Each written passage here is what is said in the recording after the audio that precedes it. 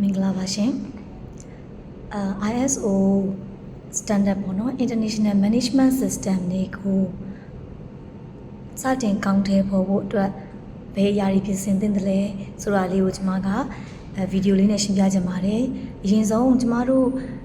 International Management System ဖြစ်တဲ့အတွက်ကြောင့်မလို့နိုင်ငံတကာကကျင့်သုံးနေတဲ့ standard တွေကိုကျွန်မတို့က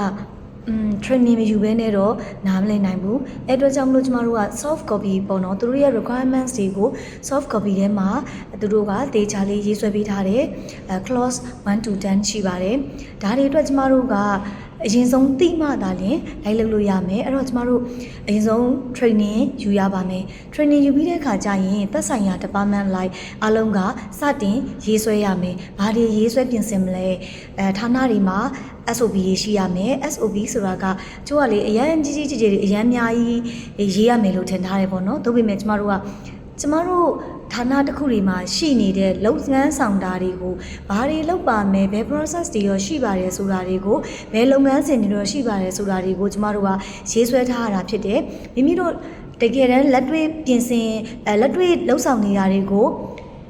တေချာရေးဆွဲပြင်ဆင်ရပါမယ်မလုံနေတဲ့အရာတွေကိုထည့်ရေးစရာမလိုပါဘူးကျိုးကကြတော့ SOP ကိုအရန်အများကြီးရေးဆွဲပြင်ဆင်တယ်ဒါပေမဲ့ကျမတို့ကဘလောက်ပဲကောင်းရေးဆွဲပြင်ဆင်တကယ်တမ်းလုံဆောင်နေတဲ့အကြောင်းအရာတွေကကြတော့နေမြေပြင်မှာ on ground ပေါ့နော်အကိုက်ညီဘူးဆိုရင်လည်းကျမတို့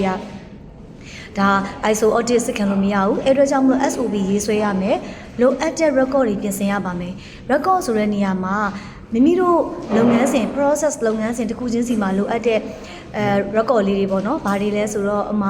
ကျမတို့လှုပ်ဆောင်နေတဲ့ incoming တွေ outgoing တွေပြီးလို့ရှိရင် on process ပေါ့နော်လှုပ်ဆောင်နေတဲ့အကြောင်းအရာတွေအားလုံးကိုစနစ်တကျဖြည့်ဆည်းထားရမယ်အဲ့တော့အဲ့ဒီပြင်မှာ work instruction တွေ appendix တွေ organization chart တွေဒါတွေကအရင်ဆုံးစတင်ပြင်ဆင်ရမယ်အဲ့ဒီပြင်မှာ JD ပေါ့နော် JD တွေလည်းမဖြစ်မနေလုပ်ငန်းတစ်ခုမှာအခြေခံကျတဲ့အကြောင်းတရားတွေကိုအရင်ဆုံးစတင်ပြင်ဆင်ရပါမယ်အဲ့နောက်ပိုင်းမှာတော့ကျမတို့က clause တွေကိုကြည့်ပြီးတော့ကျမတို့လိုအပ်တဲ့ process တွေနဲ့ဘာများလိုအပ်အောင်မလဲဆိုတာလေးကိုလည်းဆက်လက်လေ့လာပြီးတော့လုပ်ဆောင်ရမှာဖြစ်ပါတယ် training ယူရဲဆိုလို့ရှိရင်တော့ trainer တွေကနေပြီး ISO trainer တွေပေါ့နော် approved lead auditor တွေ ISO approved trainer တွေကနေပြီးတော့ဒါလိုအပ်တဲ့အကြောင်းအရာတွေကိုတေချာရှင်းလင်းပြောဆိုထားရဲဆိုရင်ကျမတို့ ISO ကကြောက်စရာမလိုပါဘူးဖြေရတာလည်းအရန်ဆင်ပြေတယ်လက်တွေ့သုံးချတဲ့အခါမှာတော်တော်လေးကိုအကျိုးကျေးဇူးရှိပြီးတော့လုပ်ငန်းခွင်မှာ waste တို့ defect တို့နောက်ပြီးတော့ကျမတို့မလိုအပ်တဲ့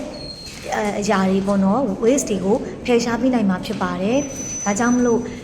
လိုအပ်တယ်ဆိုလို့ရှိရင်က compliant certify မဟုတ်ဘဲနဲ့ compliant လက်စတင်လုပ်ဆောင်လို့ရပါတယ်လို့ကျွန်မကအကြံဉာဏ်ပေးချင်ပါတယ်ရှင်ကျေးဇူးပါ